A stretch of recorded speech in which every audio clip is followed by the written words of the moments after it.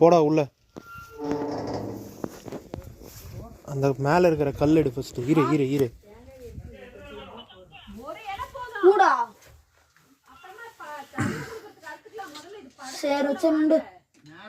அந்த கல் எடுறா.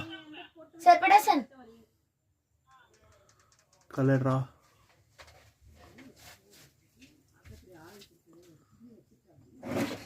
எடுறா கல்ல. தூக்கு. இப்போ அந்த பக்கெட்டை தூக்கு.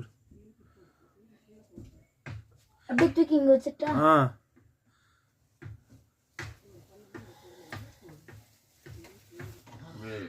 தூக்குடா, 2 கையில தூக்குடா.